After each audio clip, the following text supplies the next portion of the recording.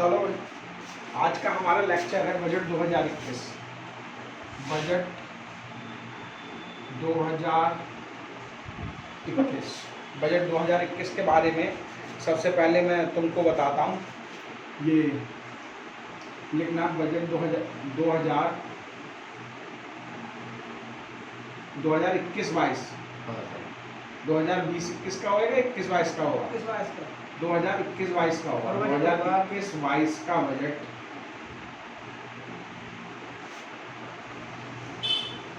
NDA की वित्त मंत्री निर्मला सीतारमण द्वारा पेश किया गया। ठीक है भाई, ये तो हमारा पहला एक अच्छा प्रश्न हो जाता है कि भाई 2020-21 का किनने किया था। ठीक, अच्छा एक प्रश्न यहाँ से ये बन सकता है कि निर्मला सीतारमण का वित्त मंत्री के तौर पर कौन सा बजट है। ये वित्त मंत्री के तौर पर कौन सा बजट है। ये है दूसरा, ठीक है, ये दूसरा इनके कार्यकाल का बजट है। यस, 2019 में 17वीं लोकसभा चुनी गई थी, तभी बनाई गई थी। पूर्णकालिक है ये। पहली वित्त मंत्री अगर हम बात करें तो पहली वित्त मंत्री के रूप में इंदिरा गांधी जी का नाम लिया जाता है, इसको आप लोग याद रखना। लेकिन उन्होंने ज़्यादा लंबे समय तक वित्त मंत्री के तौर पर कार्य नहीं किया था। वित्त मंत्री के तौर पर जो पूर्णकालिक रूप से काम कर रही है वो निर्मला सीतारमण है।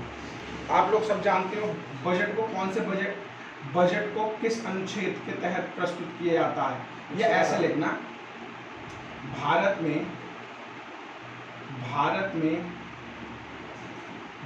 में बजट एक पत्र के रूप में वार्षिक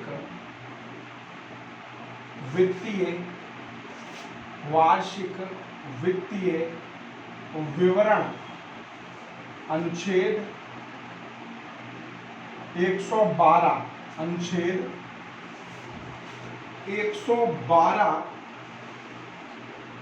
के तहत पेश होता है। अभिभाषण किसने दिया था। बजट सत्र का अभिभाषण राष्ट्रपति रामनाथ कोविंद द्वारा दिया गया। वैसे ये रामनाथ कोविंद जो हैं इस समय के राष्ट्रपति हैं। आपको मैं यहाँ पर छोटा सा एक लॉजिक बताता हूँ। वैसे बजट को राष्ट्रपति पेश करता है, मतलब पेश करना चाहिए देश के राष्ट्रपति द्वारा, क्योंकि देश का बजट है। लेकिन राष्ट्रपति के बिहाफ समझते हो। बिहाफ मतलब होता है राष्ट्रपति खुद ना कह के ये कह देता है कि भाई मैं नहीं पेश करूंगा, कौन करेगा, देश का वित्त मंत्री पेश करेगा।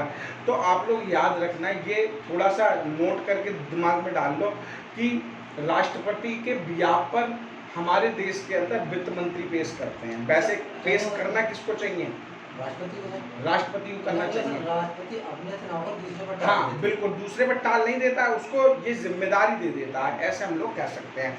अब हम लोग देखेंगे, सीधे बजट पर आते हैं। आप लोग देखना, आपसे पूछा जाएगा बजट के भाषण की शुरुआत कहाँ से हुई। बजट 2021-22 के भाषण की शुरुआत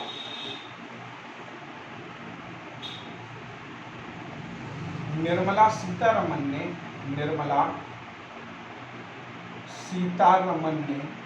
रमण भी बोल सकते हैं इनको, निर्मला सीतारमण ने रविंद्रनाथ टैगोर के, ये बात याद रखना बेटा, बहुत इंपॉर्टेंट पॉइंट है ये, रविंद्रनाथ टैगोर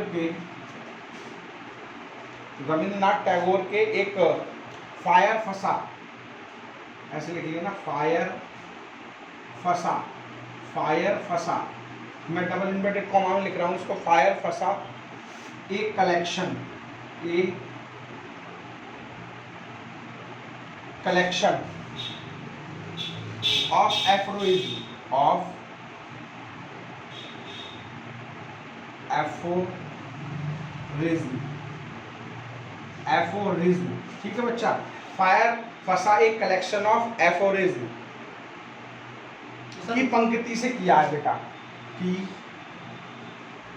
पंक्ति से किया। पुस्तक है सर ये कलेक्शन है इनका, एक फायर फसा एक कलेक्शन ऑफ एफोरिज्म, ठीक है, इनका एक कलेक्शन है, ऐसा समझ लो इन्होंने अच्छी बातें कही हैं या कोट्स कहे हैं, इसमें अच्छी अच्छी बातें हैं, उसमें से एक पंक्ति पर इन्होंने जोड़ दिया था, और ये पंक्ति आपसे पूछी जा सकती है।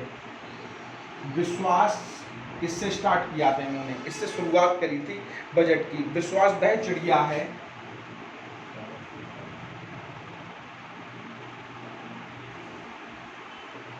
जो, विश्वास वह चिड़िया है जो प्रकाश की अनुभूति करती है, प्रकाश की अनुभूति करती है, प्रकाश की क्या करती है बच्चा, अनुभूति करती है, और तब गीत गाती है, और तब गीत गाती है, और तब गीत गाती है जब भोर में अंधेरा, जब भोर में अंधेरा बना ही रहता है, बना ही रहता है। ये इन्होंने इस लाइन से शुरुआत करी है।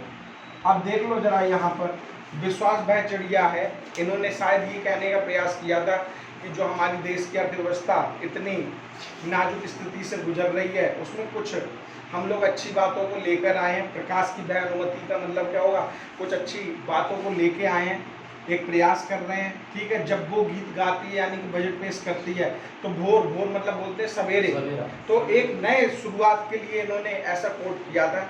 ये मुझे लगता है कि भाई आने वाले एग्जाम में पूछा जाना चाहिए कि भाई बजट भाषण की शुरुआत कहाँ से हुई थी, तो निर्मला सीतारमण ने रविन्द्रनाथ टैगोर के फायर फसा ए कलेक्शन ऑफ एफ्रोइज्म के नाम से शुरुआत, मतलब इसके कलेक्शन से की थी बच्चा, ठीक। अब देख लो बच्चा, इसको मैं हटा रहा हूँ, इसे थोड़ा सा अच्छे पॉइंट थे यहाँ पर जो मैंने आपको बताया। विश्वास वह चिड़िया का नाम है जो भोर में गाती है, ठीक है, जब अंधेरा होता है, यानी हमारे देश को ये प्रकाश में लेके आएंगी, अच्छे काम करेंगी। अब देखते हैं भाई अच्छा होएगा या गलत होगा। हम टॉपिक डालेंगे बजट, हेडिंग है बच्चा, बजट क्यों खास है। यहाँ से भी प्रश्न आ सकते हैं आपसे, क्योंकि उन्होंने ये कोट किया है कि 2021-22 का जो बजट है वो क्यों खास है। तो पहला तो बात यार आप लोग ये रखोगे कि ये 21वीं सदी का 21वीं सदी का 21वीं सदी के सॉरी 21वीं सदी के दूसरी या दूसरे लिख लो इसको, दूसरे दशक का सॉरी ऐसे लिखो, दूसरे दशक के बाद पहला बजट, ठीक। तो 21वीं सदी के दूसरे दशक के बाद पहला बजट है। आप लोग यहाँ पर लिख भी सकते हो 21वीं सदी के बारे में, मैं यहाँ पर देखो दिखा रहा हूँ तुमको। 21वीं सदी का मतलब हो गया 2000 से लेके कहाँ तक आ जाएगा, 21 भी है ना, तो आएगा तुम्हारा कहाँ से, 2000 से लेके 2100 तक, कहाँ तक आएगा बच्चा, 2100 तक आएगा। या हम लोग क्या लिख सकते हैं, 2099 तक लिख सकते हैं। 21वीं सदी कहाँ तक होगी, 2099 तक होगी। अब देखो हमने 2010 देख लिया था, ये दशक है भाई, सदी मतलब क्या हो गया 100, तो 2000 से लेकर 2099 हमारे 100 हो गए। इसमें से दूसरे दशक का मतलब क्या होगा, 2010 का तो पहला दशक हुआ 2010 समझ गया। में, ठीक है बच्चा। 2020 जो है ये तुम्हारा क्या होगा भाई, दूसरा दशक होगा। अब दूसरे दशक में यानी कि दूसरा दशक तो निकल चुका है, 2020 तो निकल चुकी है, 2021 है, तो वही लिखा है दूसरे दशक के बाद क्या है बेटा, पहला बजट है 2021। तो ये इन्होंने बात कही थी। यहाँ पर तुमसे घुमा घुमा के प्रश्न पूछे जा सकते हैं। मैंने सारी चीजें तुमको बता दी, दूसरा दशक क्या होगा, सदी क्या होगी, है ना बच्चा। इसमें पहले का लेते हैं 21 भी है तो 2000 से लेकर 2099 तक का डाटा आएगा इसके अंदर, ठीक बच्चा। 17वीं सदी होती तो कितना आता, अगर 17वीं सदी बोलता 1600 से लेके 1699 तक, हाँ बिल्कुल। तो ये हमारी एक अच्छी बात थी। एक ये बजट इसलिए खास है, दूसरा है बेटा इसलिए ये भारत का पहला डिजिटल बजट है। ये भारत का पहला डिजिटल बजट है। इससे पहले चमड़े के बॉक्स में लाल रंग के कपड़े से हाँ लिपटा हुआ आता था, लेकिन इस बार क्या हुआ है, इस बार बेटे मतलब लाल रंग का एक बैग तो है लेकिन उसमें टैबलेट आया था। इस बात को हमको ध्यान रखना है। तो पहला डिजिटल बजट है।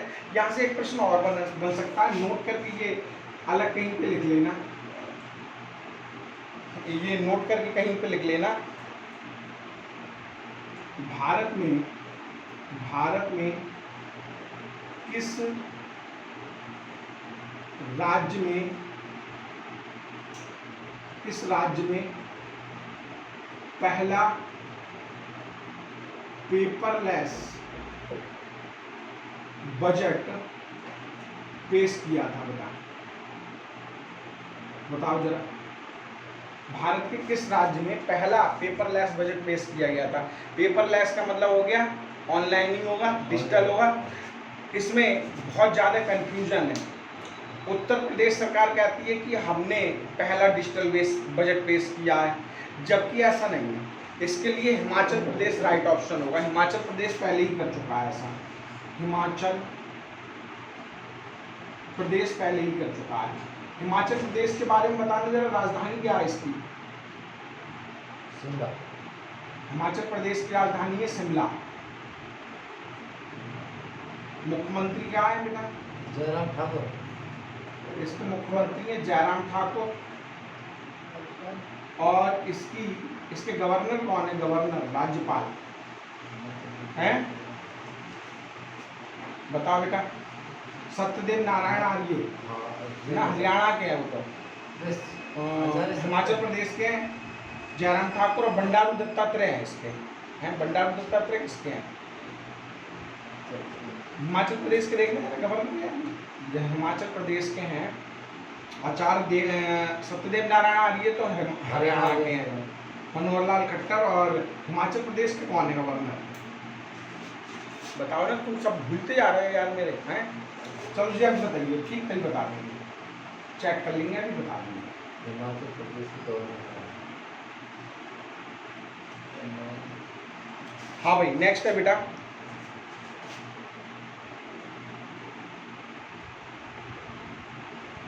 ऐसा तीसरी बार है जब आर्थिक संकुचन के बाद बजट पेश किया गया है। ये तीन बातें खास हैं। मैं कह रहा था कि बंडारू दत्तात्रेय हैं, गवर्नर लिख लो बंडारू दत्तात्रेय, ठीक है बच्चा। तो जब आर्थिक संकुचन के बाद, देखो आर्थिक संकुचन तुमको पता ही है, इसको रिसेशन बोलते हैं, जब लंबे समय तक रोजगार तो घटता जाता है और क्या बढ़ते चले जाते हैं, वस्तुओं के मूल्य में वृद्धि होती चली जाती है। और लगभग ये 3 क्वार्टर तक बना रहता है तो इसको हम लोग क्या कहते हैं, आर्थिक संकुचन कहते हैं। मंदी या मंदी। हाँ, मंदी भी कह सकते हैं इसको। तो आर्थिक संकुचन की स्थिति में ऐसा तीसरी बार हो रहा है जब ये बजट पेश किया जा रहा है। तो ये 3 बातें खास थी हमको। अब 2021 का क्यों महत्वपूर्ण है ये भी हम लोग देख लेते हैं बेटा। 2021 का बजट महत्वपूर्ण क्यों है, महत्वपूर्ण क्यों है? तो इसमें पहली बात आप लोग याद रखोगे बच्चा, आज़ादी का 75वां वर्ष है। आज़ादी का 75वां वर्ष है, इसलिए खास है ये। तो आपसे यहाँ से बन सकता है कि ये कौन सा था, तो 75वां वर्ष है आज़ादी का। नेक्स्ट लिख लेंगे बेटा, इसमें गोवा के विलय का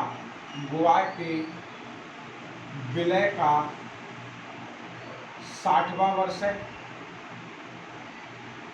गोवा के विलय का कौन सा वर्ष है बच्चा, 60वां वर्ष है। इससे आप लगा सकते हो कि कब हुआ होगा गोवा का विलय भारत में कब हुआ होगा, बताओ जरा, बताओ लगाओ। आजादी का 75वां वर्ष है और गोवा विलय का क्या है बच्चा, 69 हैं? 61 देखो 60 है, 60 वर्ष कह रहा है। 2021 चल रही है, 2021 चल रही है बेटा, लगा लो। ये तो ये चला गया 6, लगभग 1961 में भारत को क्या किया गया था, बाद में गोवा को मिलाया गया। हाँ, गोवा को पुर्तगाली छोड़ के चले गए होंगे। तो ये 60वां वर्ष है। तीसरा पॉइंट, तीसरा जो महत्वपूर्ण चीज है वो हम लोग लिख लेते हैं, भारत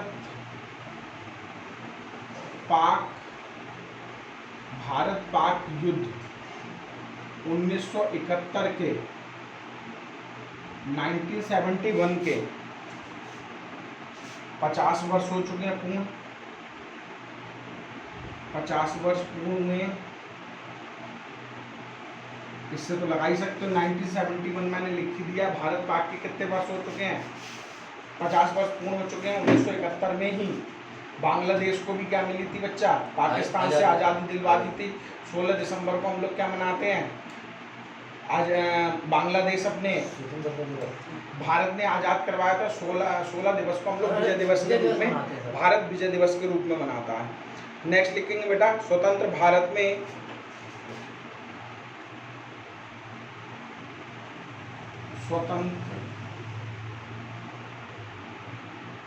स्वतंत्र भारत में जनगणना का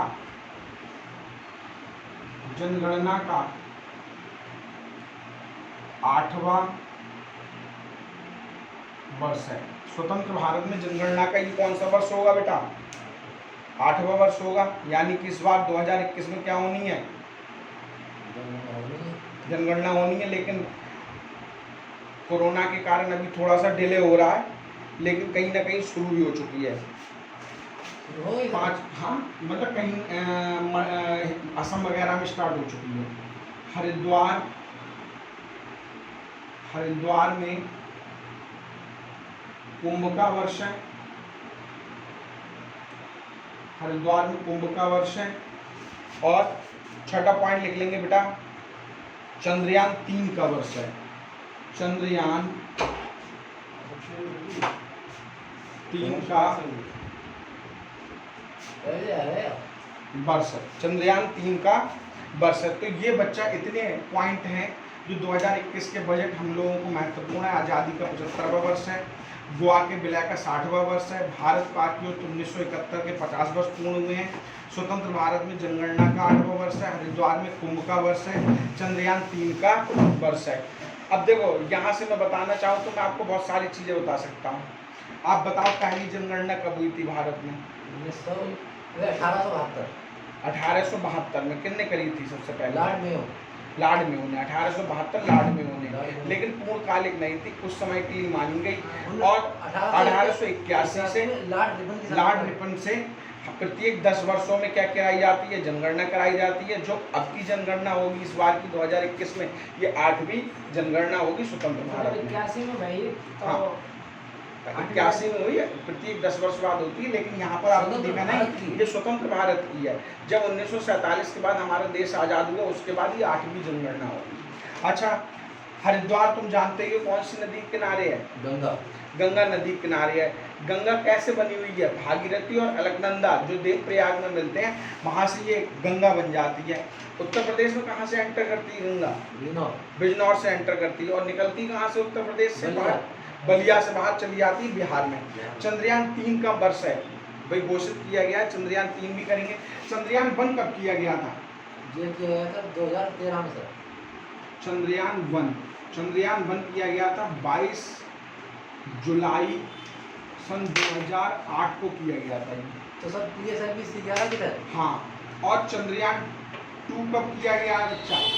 चंद्रयान 2 तो ये 2019 पर होगा। ये 22 अक्टूबर सन 2019 को किया गया था। अब चंद्रयान 3 भेजने का, हाँ बच्चा, ये सारी चीजें हैं, आप याद रखना कब कब किए गए। चंद्रयान 1 22 जुलाई 2008 और चंद्रयान 2 22 अक्टूबर सन 2019 में किया गया है। इसको हटा दें। जो सर मंगलयान था वो 2013 में गया था। हाँ, मंगलयान 2013 का। मंगलयान भी लिख देते हैं बच्चा।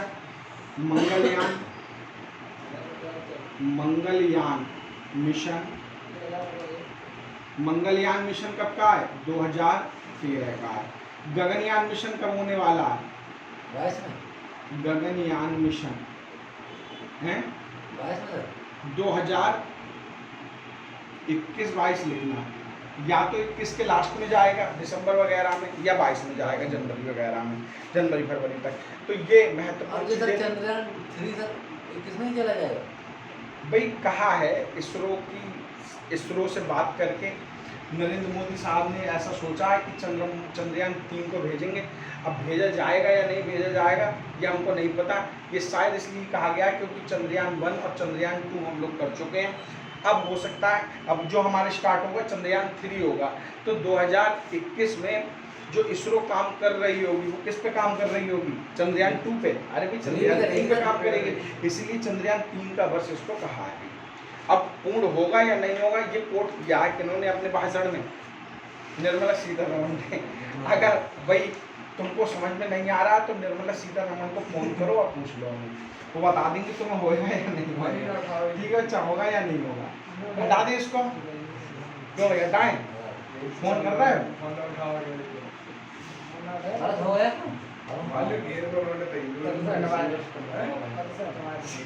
एक दिन के कल 3 दिन पर वो जो रात की बुलाया ना, वो जो रात के गया पूरा बही उतारेगा।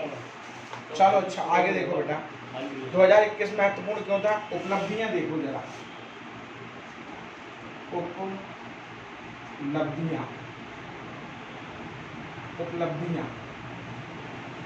उपलब्धियों से संदर्भित प्रश्न देखना बेटा। यार गांव में बैठ गया ना होगी सो गर्मी एक दिन दौड़ी नहीं करा यार। लिखना हां यार 2019-20 के बजट में 800 मिलियन लोगों को, ये बातें याद रखनी है सब, मिलियन सही लिखा, मिलियन लोगों को, 800 मिलियन लोगों को सर मुफ्त मिलियन खाद्यान्न, बोलेंगे सर तो अरब बोलेंगे सर मुफ्त खाद्यान्न या करोड़ बोलेंगे सर। उपलब्ध कराया, करोड़ बोला जाता है बच्चा। ठीक,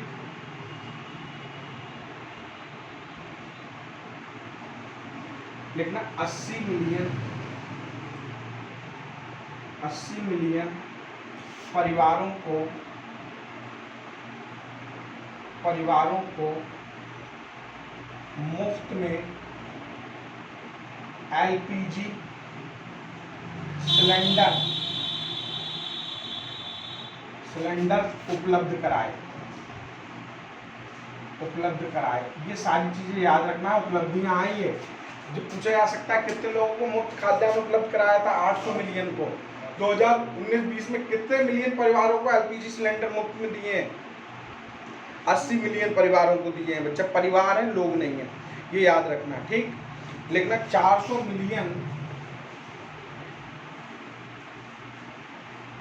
ये उपलब्धियां गिनाई हैं निर्मला सीतारमण ने 2021-20 के लिए, ठीक है बच्चा, 21-22 के लिए। 400 मिलियन लोगों को प्रत्यक्ष, 400 मिलियन लोगों को प्रत्यक्ष प्रत्यक्ष आर्थिक सहायता, प्रत्यक्ष आर्थिक सहायता दी गई। अभी प्रत्यक्ष आर्थिक सहायता कैसे दी गई होगी? डीबीटी के द्वारा। डीबीटी जानते हो? डायरेक्ट बेनिफिट ट्रांसफर, तो वो डायरेक्ट बेनिफिट ट्रांसफर। सब्सिडी भी कह सकते हैं, डायरेक्ट खातों में आई। आप लोग सिलेंडर लेते हो, सिलेंडर का कुछ रुपए आपके खाते में आया होता है, तो 400 मिलियन लोगों को प्रत्यक्ष आर्थिक सहायता दी गई है बच्चा, ठीक। तो ये कुछ खास बातें हैं, ये उपलब्धियां हैं तीन, 800 मिलियन, 80 मिलियन और 400 मिलियन, ठीक। लिखना 2021-22 का बजट विजन, 2021-22 का बजट विजन। इसका विजन क्या है भाई, किस पे काम करेंगे, ठीक। तो इसमें याद रखना बेटा, आत्मनिर्भर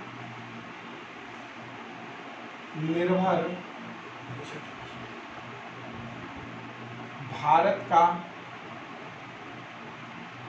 विजन है। आत्मनिर्भर भारत का क्या है बच्चा? विजन है। यानी भारत को क्या बनाना है? आत्मनिर्भर बनाना है।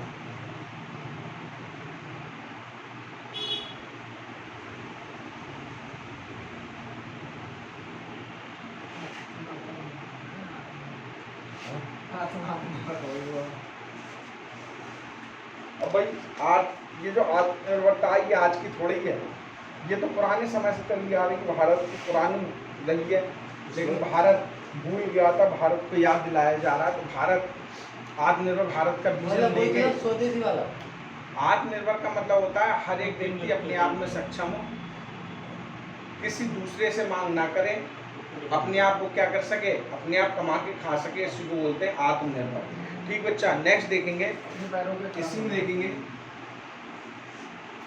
लिखना 100 से अधिक देशों में, 100 से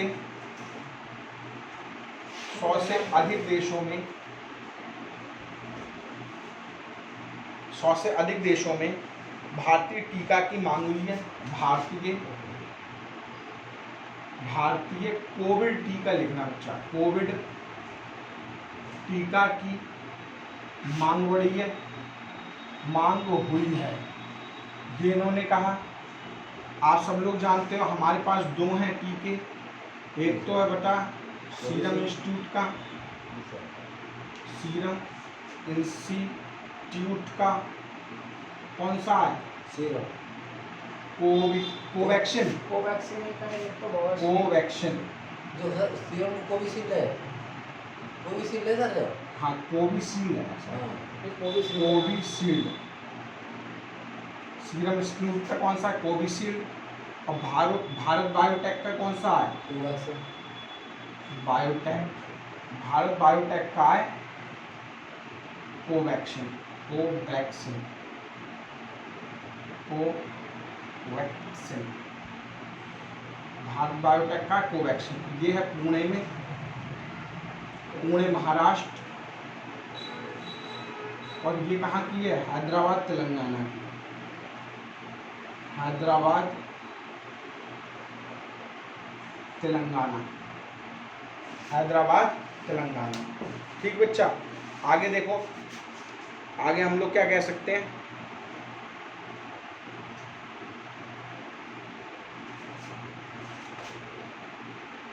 भारत को 2021-22 में, 2021-22 से लिखना, से फार्मेसी कैपिटल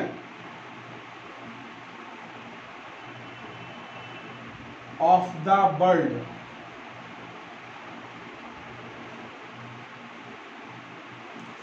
बनाने पर बल दिया गया है। ठीक बच्चा, ये बात याद रखना कि भाई 2021-22 से किस पे बल दिया जाएगा, pharmacy capital of the world, यानी कि मेडिकल के क्षेत्र में भारत को बहुत तेजी से आगे बढ़ाना है। ठीक,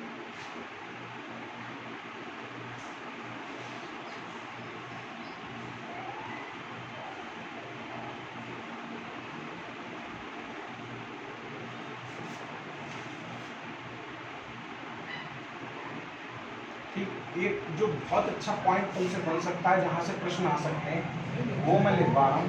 ठीक, यहाँ से प्रश्न आ सकते हैं, लिखना लॉकडाउन में, लिखना जरा बच्चा, लॉकडाउन में आत्मनिर्भर भारत पैकेज दिया गया है। आत्मनिर्भर भारत पैकेज, लॉकडाउन में बेटा क्या चलाया गया था, आत्मनिर्भर भारत पैकेज दिया गया था। इसमें बेटे इस पैकेज में सबसे पहले जब आया था 2020 में तो 1.0, फिर दिसंबर के आसपास आके 2020 में ही 2.0, और 2021 में अगर हम बात करेंगे तो इसमें कौन सा चलाया गया है, 3.0। ये 3 अभी तक आ चुके हैं कि आर्थिक लागत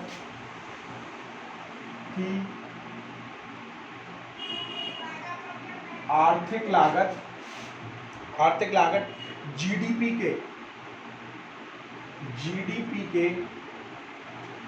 13% से ऊपर की है, 13% से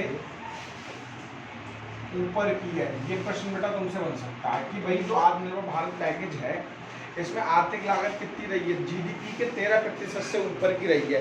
पैसे में अगर बात करेंगे तो 27.1 लाख करोड़ की, अगर पैसे में बात करें तो 27.1 लाख करोड़ लागत आई है बेटा। किस पर, लॉकडाउन के समय आत्मनिर्भर पैकेज पर भारत ने क्या किया है, खर्च किया है। ये बात आपको लोगों को पता होना चाहिए।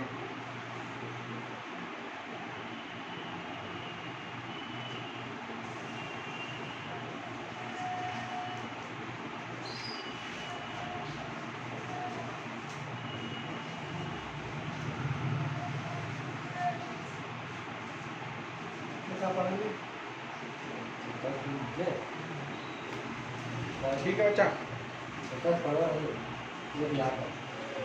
कुछ डाटा और याद रखोगे। कोविड-19 से संबंधित दिए गए आंकड़े। ठीक, क्या कह रहे हैं, 27.1 लाख करोड़। इसे पढ़ने के लिए तुम्हें 27 करोड़ 1 लाख होगा ना सर? 27 करोड़ थोड़ी होगा बेटा, 27 लाख है भाई। 27 लाख करोड़। हाँ, 27 लाख करोड़ है। तो ऐसे करके पहले तो 27 लाख लिखो, ये 27 लाख हो गए। अब इसे करोड़ बनाना है तो करोड़ में कितने जीरो होते हैं, 5, 6 जीरो होते हैं। तो बेटे 6 जीरो और लगाओ, ये हुआ। समझ में आया? अभी बता रहा है कितनी है, सब बता रहे हैं। हाँ बेटे, कोविड-19 से संबंधित बजट में कुछ आंकड़े दिए गए थे। ये आंकड़े बहुत महत्वपूर्ण हैं तुम लोगों के लिए, आप याद रखना। पहला आंकड़ा है 1 मिलियन। ये सब सौ बेचने आ जाते हैं, पढ़ने नहीं देते हैं। 1 मिलियन पर 113 है मृत्यु हुई है। ये भारत के आंकड़े प्रस्तुत किए गए हैं बच्चा। और आप लोग याद रखना, 1 मिलियन लोगों पर जो 2020 की रिपोर्ट है, ये 130 सक्रिय केस हैं। लेकिन आज के परिप्रेक्ष्य में देखा जाए 2021 के, तो सेकंड वेव्स में ये कहानी थोड़ी सी बिगड़ गई होगी। थोड़ी नहीं बेटा, बहुत बिगड़ी होगी। ठीक, बहुत बिगड़ी होगी। अब देखो बेटा, आगे अगर मैं बात करूं इसके, तो बजट के आकार की बात करते हैं।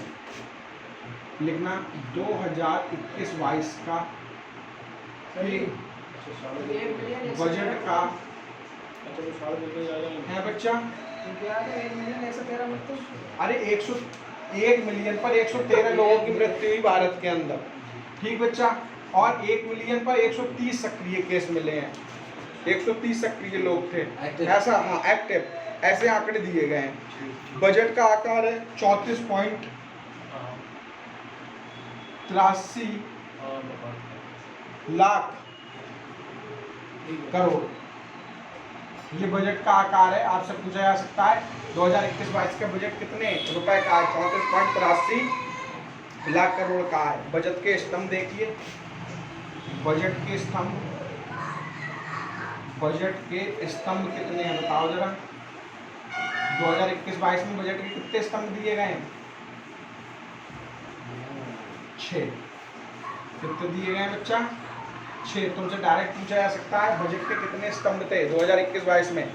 6 थे। 6 के 6 लिखवा रहा हूँ। पहला स्वास्थ्य एवं कल्याण, पहला कौन सा है? स्वास्थ्य एवं कल्याण। दूसरा बच्चा है इसमें भौतिक वित्तीय, भौतिक व वित्तीय पूंजी, भौतिक व वित्तीय, भौतिक व वित्तीय पूंजी व अवसंरचना, स्ट्रक्चर, इंफ्रास्ट्रक्चर, अवसंरचना, अवसंरचना।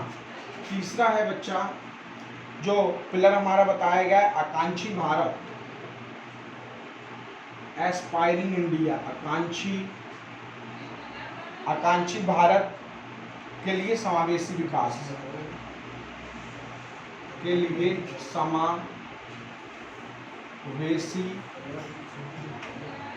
समावेशी विकास। चौथा है बच्चा सर, इसका क्या मतलब हुआ? 1 मिलियन बराबर 113 करके मतलब? ये बताया तो 1 मिलियन लोगों पर 113 मृत्यु हुई है और 1 मिलियन लोगों पर 130 सक्रिय केस आए बजट भाषण के दौरान, ऐसा कहा गया था निर्मला सीतारमण के द्वारा बच्चा, जब आत्मनिर्भर भारत पैकेज की बात चल रही है। नेक्स्ट है बेटा मानव पूंजी को मजबूत करना, मानव पूंजी को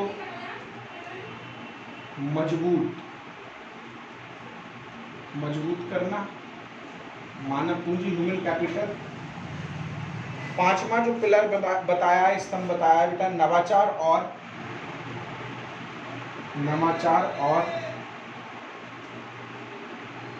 अनुसंधान एवं विकास। इसको बेटा R&D भी बोलते हैं। तुम लोग R&D करके याद रखना, R&D रिसर्च एंड डेवलपमेंट, ठीक है। R&D नवाचार और अनुसंधान एवं विकास। न्यूनतम सरकार, छठा पिलर जो है न्यूनतम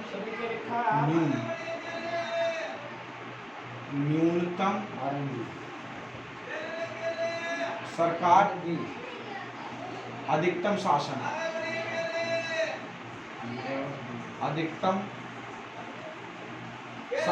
न्यूनतम सरकार, अधिकतम शासन, नवाचार और अनुसंधान विकास, न्यूनतम सरकार, अधिकतम शासन, मानव पूंजी को मजबूत करना, आकांक्षी भारत के लिए समावेशी विकास, स्वास्थ्य एवं कल्याण, भौतिक व वित्तीय पूंजी व अवसंरचना।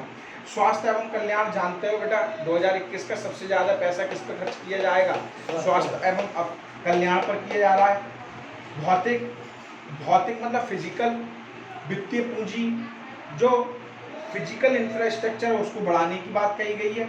आकांक्षी भारत के लिए समावेशी विकास यानी कि पूरे भारत का जो हम विकास कर रहे हैं उसमें एक ऐसी अवधारणा लेके आएंगे कि भाई हम रिसोर्सेज का प्रयोग तो करें लेकिन आने वाली पीढ़ियों के लिए भी हम उसको क्या कर पाएँ, सहज कर रख पाएँ। ये कहलाएगा आकांक्षी भारत में समावेशी विकास। मानव पूंजी जो हमारे यहाँ पर इतनी बड़ी जनसंख्या है, जैसे चीन है विश्व का सबसे बड़ा जनसंख्या वाला देश है, चीन विश्व में अपनी ही पहचान मतलब एक अलग पहचान रखता है अपनी जनसंख्या के कारण, जबकि भारत में ऐसा नहीं है। भारत में आप देखोगे तो ह्यूमन कैपिटल का प्रयोग नहीं हो पाता, यूज नहीं हो पाता जिस तरीके से होना चाहिए।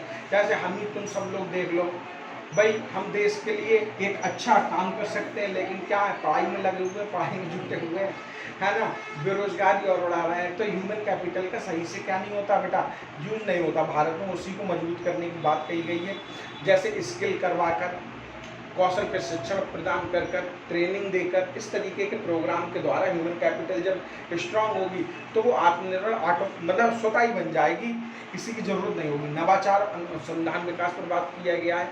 नवाचार मतलब नए नए रिसर्च लाई जाएं, कैसे भारत का विकास हो, रिसोर्सेज का कम से कम प्रयोग करें, और कम प्रयोग, रिसोर्स मतलब संसाधनों का कम से कम प्रयोग करके ज़्यादा से ज़्यादा परिणाम आउटपुट लाने के लिए हमको नवाचार करने होंगे, अनुसंधान करना होगा, और क्या करना होगा, विकास करना होगा। न्यूनतम सरकार अधिकतम शासन का मतलब होगा भाई कम दिखें और ज़्यादा आउटपुट दिखे। तो इसीलिए तुम देख रहे हो आजकल मोदी जी किसी बात पर क्या नहीं कर रहे हैं, कोई भी प्रेस कॉन्फ्रेंस नहीं कर रहे हैं। जो मोदी जी हर बात पे दिख जाते थे, लेकिन आजकल मोदी जी नहीं दिख रहे हैं। शायद ये वाला पॉइंट उनको समझ में आ गया। न्यूनतम सरकार मतलब बहुत कम दिखेंगे, लेकिन क्या होगा, आउटपुट जो आएगा वो अधिकतम शासन का होगा, कि हम सब पर काबू तो रखेंगे, लेकिन क्या होगा, न्यूनतम तरीके से रखेंगे बच्चा। तो ये हमारा रहा ओवरऑल बजट के कुछ महत्वपूर्ण चीज़ें थी। अब हम लोग आ रहे हैं बजट के सार पर। जितनी भी चीज़ें हम लोगों ने देखी वो एक अच्छी चीज़ें थी, जैसे भाई कब का मतलब कौन सा बजट है, गोवा का कौन सा वर्ष है, 60वां वर्ष है, हमको छोड़ के गए पुर्तगाली। भारत पाक युद्ध का कौन सा वर्ष है, इन सब से हमारे प्रश्न पूछे जा सकते हैं। अच्छा एक टॉपिक चल रहा है बच्चा, आगे आप लोग देखो जरा इसमें क्या हो सकता है।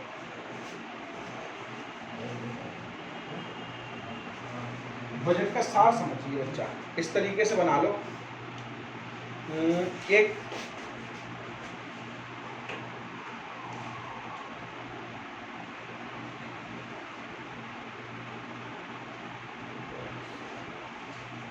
ठीक नीचे बनानी पड़ सकती है, नीचे बना, पहले देख लो जरा किस तरीके से बनेगी, फिर बनाने स्टार्ट कर देना। सबसे पहले बना लेना बच्चा घाटे।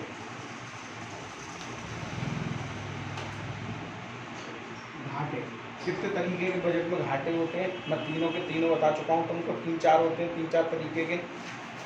इन सब में क्या क्या चीज़ें आएंगी, कितना रहा, इन सब पे मैं एक बार में बता दे रहा है। तो जो भी प्रश्न बनेंगे एक साथ ही तुम्हारे कंप्लीट हो जाएंगे। ठीक बच्चा, एक और बना लो इसमें, चलो 4 हो जाएंगे। ठीक, सबसे पहले लिखेंगे 2019-20 के वास्तविक, 2019-20 के वास्तविक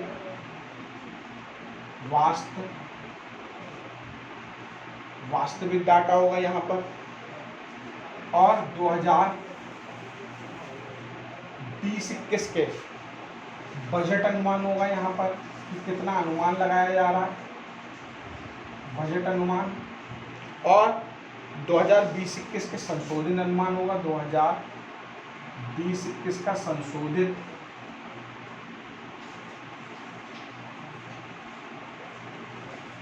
अनुमान होगा। और बच्चा देखेंगे 2021-22 का बजट अनुमान होगा, 2021-22 का बजट अनुमान होगा, बजट अनुमान होगा। इसमें हम लोग पहला देख रहे हैं राजकोषीय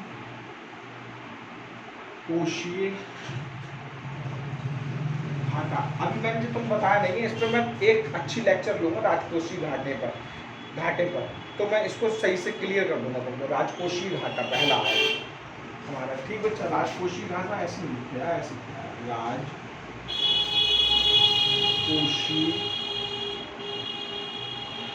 घाटा। राजकोषीय घाटे में बात करेंगे 2019-20 के वास्तविक जो रहे हैं वो रहे बेटा 4.6% रहा है। और बजट अनुमान में इसको कितना बताया गया था, 3.5% बताया गया था बच्चा। जबकि 2020-21 में संशोधित जो था वो था बच्चा 9.5%। और 2021-22 के बजट में कितना होने का अनुमान लगाया गया है बेटा, 6.8% इसको रहने का अनुमान बताया गया है। ये बेटा राजकोषीय घाटा हो गया। नंबर दूसरा लिख लेना राजस्व घाटा, इसको मैं समझा चुका हूँ तुमको। ठीक, वैसे राजकोषीय घाटा भी समझाया मैंने तुमको। 3.3% बताया गया है बच्चा, 2.7% बताया गया है 2020-21 के बजट अनुमान में, और 7.5% संशोधित अनुमान में, और 5.1 ये बजट अनुमान लगाया गया है 2021-22 के लिए।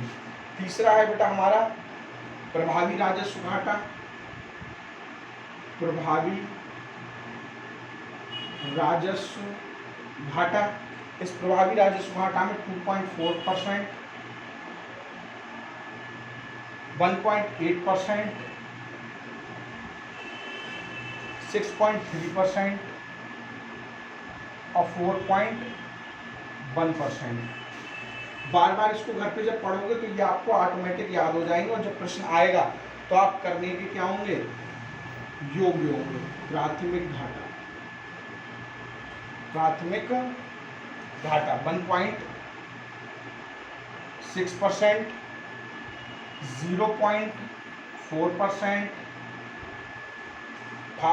5.9% और 3.1%।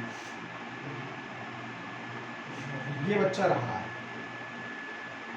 इस पूरी टेबल को आप लोग सेट कर लो, अपनी कॉपी पे बना लो, बहुत ज़्यादा महत्वपूर्ण ये है बच्चा। और चेयर दी हो? हाँ, नहीं चेयर नहीं चाहिए। उनका उनके हमारी दिन की चक्कर में लगे।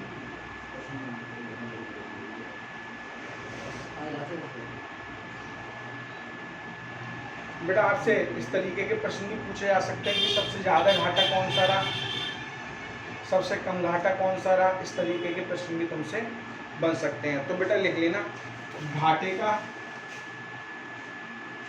ये नोट करके लिख लेना,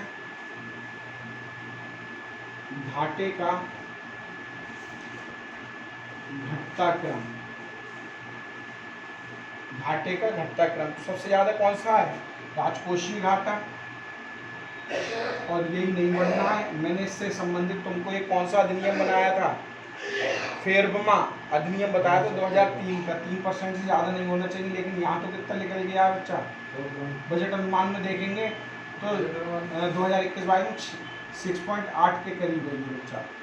फिर इससे छोटा कौन है, राजस्व घाटा। फिर कौन है बच्चा, प्रभावी राजस्व। और फिर कौन है बच्चा, प्राथमिक घाटा। ये आप याद रखना है, यहाँ से प्रश्न बनेंगे तुम्हारे और पूछे जाएंगे।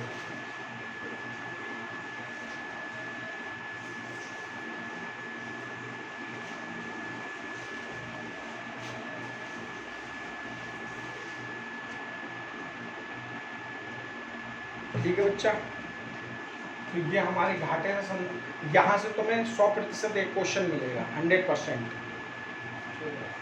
है ना बच्चा। ये टेबल बहुत ज़्यादा महत्वपूर्ण है, इससे तुमको जरूर मिलना चाहिए, ऐसा मेरा अनुमान है। हटा दें इसको अब, हैं। अब हम लोग देखेंगे भाई पैसा कहाँ से आया कहाँ गया, यहाँ से प्रश्न बनते हैं। ठीक बच्चा, पैसा कहाँ से आया और कहाँ गया। हटाएं जी सब।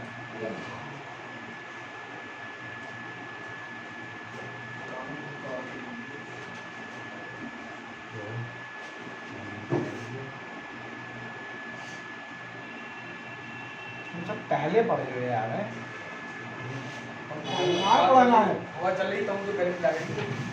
तो वो तो रहेगी गर्मी, गर्मी तो न रहेगी। मुझे देख के मुझे कितनी लग रही है। देखना बच्चा, रुपया कहाँ से आता है, लिखो पहले, रुपया कहाँ से आया। भारत, मैंने बताया था भाई आने जाने का ही व्यय और खर्च, व्यय और आय का लेखा जोखा होता है किसके अंदर, बजट के अंदर। तो सबसे पहले देखते हैं बजट में आय कहाँ से हुई, तो इसको आय भी कह सकते हैं। आया का मतलब आय, इनकम।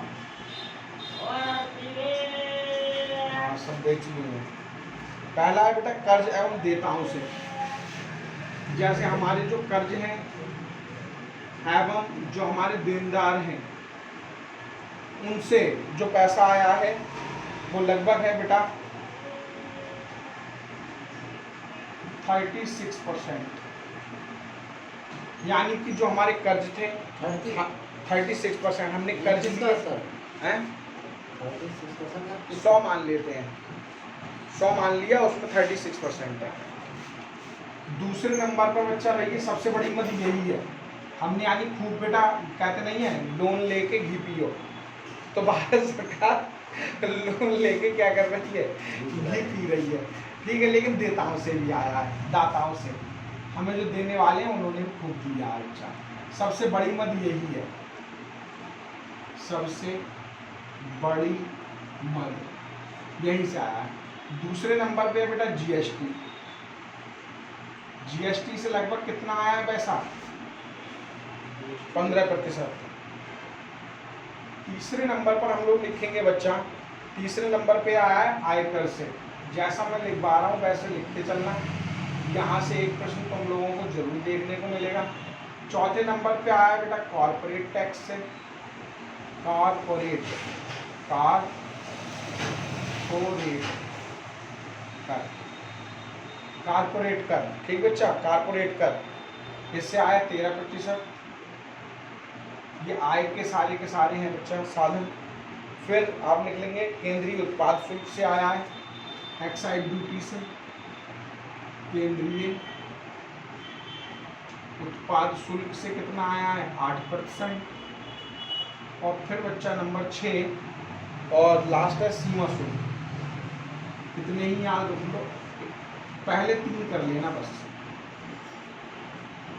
ये 3 ज़्यादा है, पूछे जाएंगे, आपसे पूछा जाएगा 2021-22 के बजट में सबसे ज़्यादा पैसा कहाँ से आया।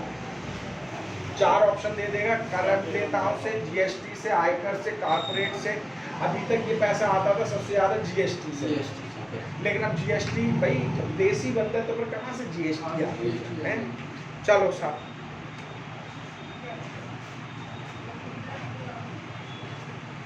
यहाँ पर नोट करके लिख लेंगे, ये आपसे डायरेक्ट पूछा जा सकता है, भारत का टैक्स जीडीपी रेशियो क्या है, यानी कि जीडीपी में टैक्स का रेशियो क्या है, अनुपात क्या है। तो बच्चा 9.9% है, ये डायरेक्ट प्रश्न तुमसे पूछा जाएगा। भाई भारत में टैक्स जीडीपी का रेशियो कितना है, 9.9%। अब देखेंगे बच्चा रुपया कहाँ गया, रुपया कहाँ गया, यानी कि व्यय, एक्सपेंडिचर,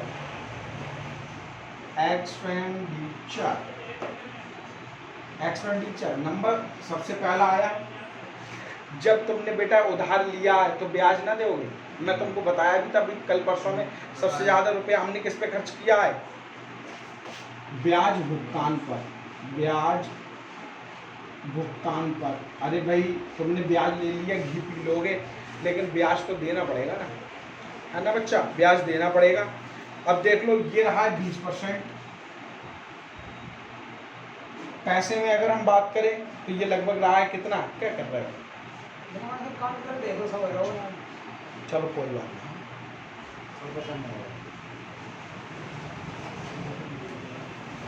809701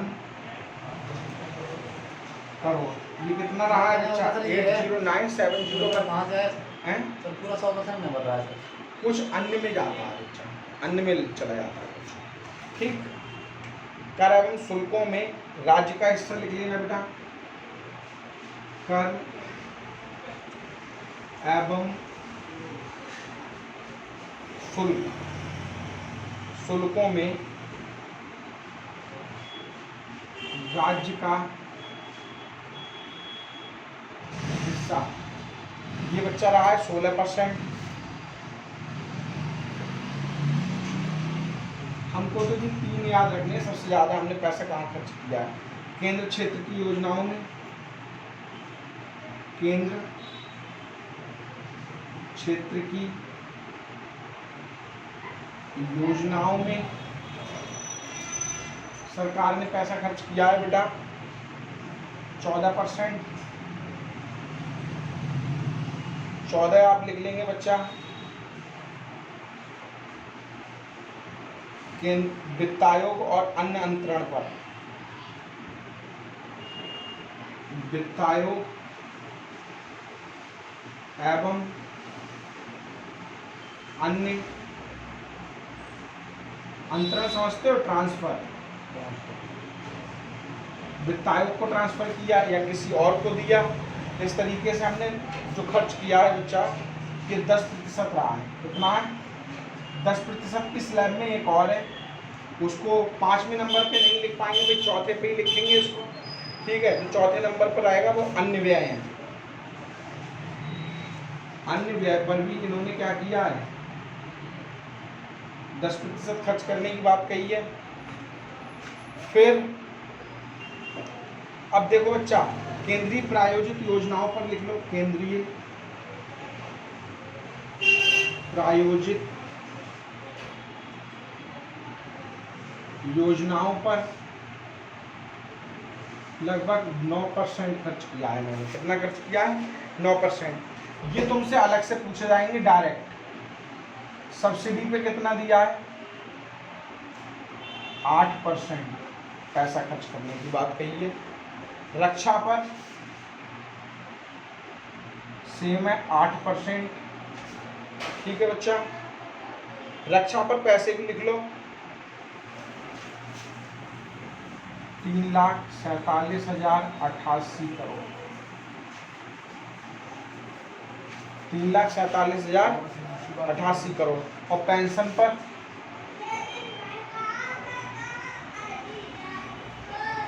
3%, ठीक बच्चा, 3%। तो ये हम लोगों को याद रखना है ना।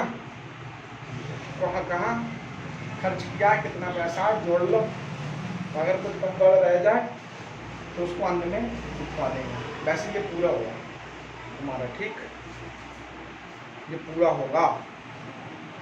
अब देखो बच्चा, व्यय की प्रमुख मदों की प्रवृत्तियां क्या रही हैं घटते क्रम में। सबसे ज्यादा व्यय किस किस चीज पर हुए हैं ये देख लो जरा। लिख गया बच्चा?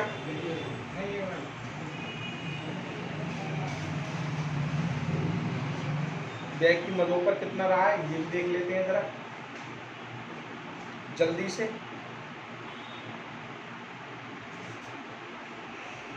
ठीक, ये 6, 7, 8 इस तरीके से भी बना सकते हो, कोई दिक्कत वाली बात नहीं। पॉइंट में अगर लिखना है तो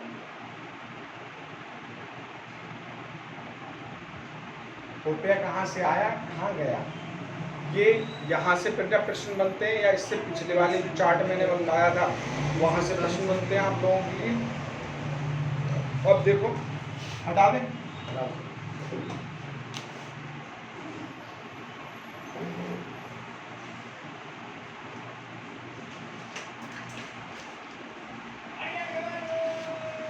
भाई लिखो व्यय की प्रमुख मदें, व्यय की